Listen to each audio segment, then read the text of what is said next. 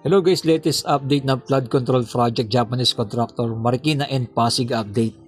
Yan, dito na po tayo mismo sa may rebulto po ni Marikit. Dito lang po yan sa may pinakadulo na po, going po to ng papunta ng Tumana. Ayan, dito tayo sa may bridge nag-start. At makikita nyo po dito, ito po yung mismo yung statue ni Marikit. Oh. Ayan, tuloy-tuloy na po yung mga gumagawa dito at pinapaganda na po yung lugar na to. Ayan. Etong area na to po dito ay inaayos na po nila. Mukhang tatamaan po ito ng yung statue po ni Marikit ng flood control dito guys. Tingnan natin kung ano yung mga mangyayari dyan, kung ililipat po ba nila. At banda dito guys, meron tayong pinaka latest update. Dito po kasi ay tuloy-tuloy na po mga gumagawa dito. At napakarami na po dito sa may pinaka area na to. At ang good news, tuloy-tuloy pa rin po yung pagpapalalim, mga dredging na ginagawa nila dito. Yung makikita nyo po, mga heavy equipment dyan. At doon sa may bandang dulo, makikita nyo po, eto naman po yung kanilang ginagawa. Ayan o. Ayan. Nilalagay nila ng mga solid na mga simento, no? Etong area na to dito. Yung parang akyatan, no? Ito yung pinakagilid na. Ayan, meron pa tayong ipapakita dun mamaya mga kababayan. Ay grabe talaga itong mga Japanese contractor kung gumawa ng flood control. Maraming mga nagko-comment sa atin na sana yung lahat ng mga flood control sa Pilipinas, mga Japanese contractor na dapat po ang mga gumagawa. Ayan, comment nyo na below kung masabi nyo po dito sa napakalaking project po ng ginagawa ng mga Japanese contractor. Siyempre po, yung mga nagtatrabaho po dito ay mga Pilipino. Ayan. Yun yung pinakamaganda doon. Okay, dire-diretso po ito papuntang SM Marikina at makikita nyo sa bandang unahan. Ayan. Dito, tuloy-tuloy pa rin po kanilang mga gumagawa dito. Ayan, no? Banda dyan sa pagliko na po ng papunta ng SM Marikina. Ayan. Mga solid na po ng mga bakal ng mga nilalatag dyan. Kabilaan side po ito kanilang ginagawa at nilalaliman itong river. Yun yung pinakamaganda doon. Dito medyo wala pa silang ginagawa ditong area na to. At ito ay tuloy-tuloy nating ina-update para mapakita natin sa inyo kung gaano katibay at pulido ang ginagawa ng mga Japanese contractor. Lalong-lalo na sa mga flood control. Alam naman natin na mayroong mga flood control, ghost project, lalo na sa Bulacan, no? Grabe mga flood control na wala naman talagang nagawa, pero finish na, no?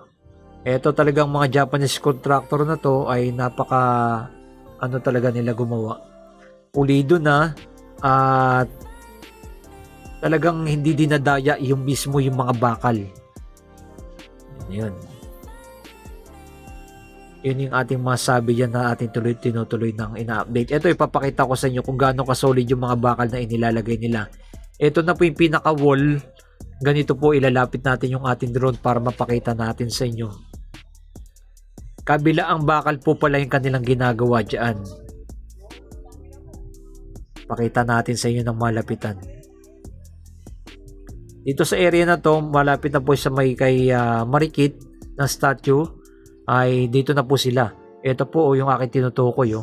Grabe po, napaka-solid ng mga bakal. Kabila ang side na bakal po at dinuduktong na po yung pinaka-wall. At yung pinaka nilalakaran po nila dyan ay may bakal din po yan na magka-connect silang dalawa dito sa wall na to. Ganun po ang kanilang ginagawa dito sa flood control. Dahil meron tayong mga video na yan na sa bandang unahan, ganun po ang kanilang ginagawa. Ayan, Talagang pag mga Japanese contractor talaga gumawa, wala kang masasabi doon sa kanilang ginagawa. Talagang solid at pulido kung gumawa ang mga Japanese.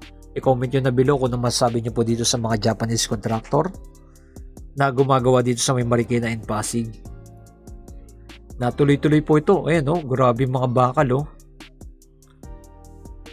Ayan, talagang hindi tinipid yung kanilang project, Solid. Yan ang ating mamasabi dito dahil ito'y tuloy-tuloy. Kabila ang say dyan mga kababayan. Napaka laki na po ng progress pag Japanese contractor talaga gumawa dito. Talagang hindi ka manghihinayang eh. Tsaka kitang-kita nyo naman po kung paano sila gumawa. At mapagkukumpara natin yan sa mga Pinoy contractor ng mga iilan na dinadaya ang mga flood control at ng ibang mga project ng DPWH na bulgar na po yan. Na sila rin po pala ang contractor. Ayan o. Dito, makikita nyo po, nandiyan yung mga officer ng Japanese, yung mga naka-white yan po yung mga officer ng Japanese contractor. Yan. Sila yung mga nag-check, yung mga ginagawa ng mga Pinoy. Yun po yung pinakamaganda dito.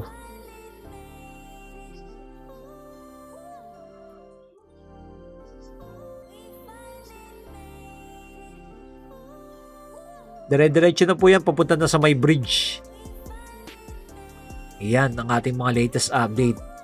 At banda dito, makikita ninyo, ito naman po yung pinanghaharang nila dyan bago buhusan ng simento. Ayan o, nire-ready na po nila dahil naka-ready na po yung bakal na inilatag nila. Ito po yung kanilang inilalagay dyan. Yan sa may pinaka-wall.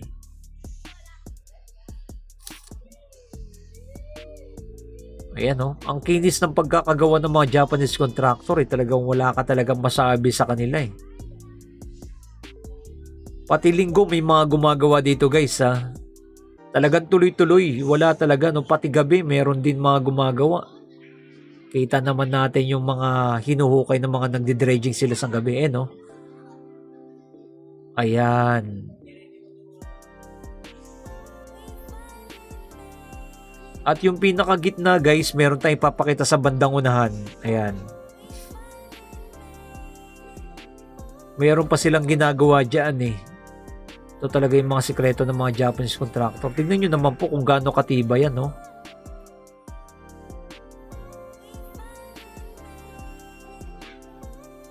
Ayan. Meron pa tayong ipapakita dito sa bandang unahan. Ayan, no?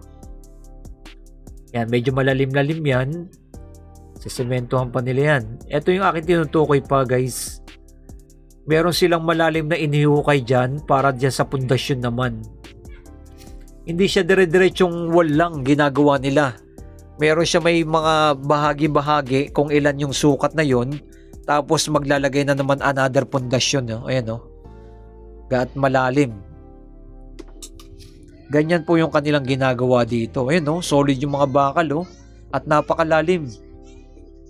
Kabila ang side dyan. Dire-diretso. Talagang wala na tayong masabi dito sa Japanese contractor ng Marikina and Pasig. Talagang talaga walang sinabi yung mga ibang mga Pinoy contractor na mga nakurakot eh. Dito talaga tuloy-tuloy talaga sila no. Meron pa dito parte mga iba't iba oh. Ayan. Abangan po natin yung mga latest progress net po dito di. At dito naman sa bandang unahan, ayan, dredging naman po yung kanilang ginagawa. Binubungkal na po mismo yung river para matanggal yung mga putik-putik ng mga nakapalibot dyan. Yun naman po ang kanilang ginagawa dito. Ayan kita nyo naman po yung mga putik na ng mga naipon na nila Yan. Tuloy-tuloy na po ito guys. Like and comment and share, and maraming salamat sa ating mga viewers, subscriber na lagi na sumusuporta sa ating channel. Ito po yung pinaka-latest update natin dito sa Japanese contractor na flood control na ginagawa na po nila.